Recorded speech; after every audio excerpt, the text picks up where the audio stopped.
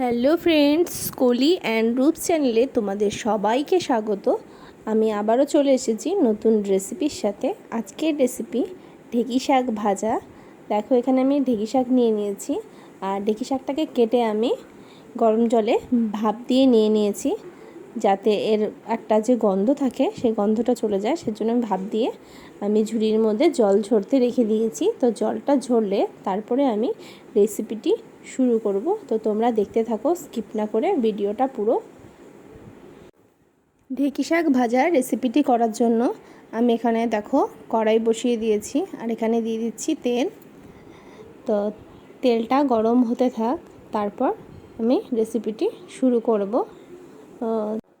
দেখো বন্ধুরা, তেলটা গরম হয়ে গেছে, ধোয়া উঠছে। তো তার মধ্যে আমি একটা মিডিয়াম সাইজের আলু আমি কেটে নিয়েছি। ঢেকি শাকটা শুধু খালি খালি ভাজলে যতটা না ভালো লাগে, একটু আলু দিয়ে ভাজলে একটু বেশি ভালো লাগে। সেজন্য আমি একটা ছোটো সাইজের আলু দিয়েছি। তো আলুটা কেটে আমি একদম ঝুড়ি ঝুড়ি করে কেটে নিয়েছি, সেটা এখন দিয়ে দিলাম। তো এখন আলুটাকে তেলের সাথে একটু নাড়িয়ে নিচ্ছি ভালো করে। আলুগুলো ভাজতে দেওয়ার পর আমি এর মধ্যে দিয়ে দিচ্ছি সামান্য পরিমাণ নুন। তো নুনটা দেওয়ার ফলে আলুগুলো খুব ভালোভাবে ভাজা হয়ে যাবে। তো আলুগুলোকে আমি নুন দেওয়ার পর একটু নাড়িয়ে নিচ্ছি, যাতে নুনগুলো সব কিছুর সাথে ভালোভাবে মিশে যায়। তো আলুটাকে আমি 40% ভেজে নেব। এখন আলুগুলোকে আমি কিছুক্ষণ মিডিয়াম আঁচে ভেজে নিয়েছি। এখন এর মধ্যে দিয়ে দেবো একটা বড় সাইজের পেঁয়াজ কুচি। একদম ঝুড়ি করে কেটে নিয়েছি পেঁয়াজটাকে। তো পেঁয়াজ কুচিটা দিয়ে দেওয়ার পর আলুর সাথে পেঁয়াজটাকে ভালো করে মিশিয়ে দিতে হবে। পেঁয়াজটা দেওয়ার পর এতে আমি দিয়ে দিচ্ছি 3 থেকে 4টা কাঁচা লঙ্কা কুচি। কারণ ঝাল ঝাল ব্যাপারটা হলে বেশ গরম গরম ভাতে ভালো লাগে। সেজন্য আমি 3 থেকে 4টা, তোমরা তোমাদের স্বাদ অনুসারে কাঁচা লঙ্কাটা ব্যবহার করবে। তো আমি এখানে দেওয়ার পরে এখন একটু নাড়িয়ে এটাকে আরেকটু ভেজে নেব মিডিয়াম আঁচে। আলু, পেঁয়াজ, লঙ্কা একটু ভেজে নেওয়ার পর এর মধ্যে ভাপিয়ে রাখা ঢেঁকি শাকগুলো আমি দিয়ে দিচ্ছি। দিয়ে দেওয়ার পর আলুর সাথে ঢেঁকি শাকগুলোকে খুব ভালো করে মিলিয়ে দিতে হবে তেলের সাথে। সব কিছু ভালো করে মিলিয়ে আস্তে আস্তে ভেজে নিতে হবে। অবশ্যই মিডিয়াম আঁচেই ভাজবো।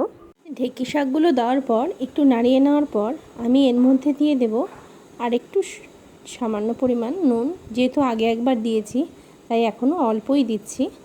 তো এখন দিয়ে দিব হলুদটা আমি আগে দেইনি। তো একবারে শাক দেওয়ার পর পরিমাণটা বুঝে আমি হলুদটা অ্যাড করছি। কারণ সব কিছু দেওয়ার পর এখন ভালো করে নাড়িয়ে মিশিয়ে নিতে হবে। তারপর মিডিয়াম আঁচে আস্তে আস্তে ভাজাগুলো ভেজে নিতে হবে, আর মাঝে মাঝে একটু নাড়িয়েও দিতে হবে।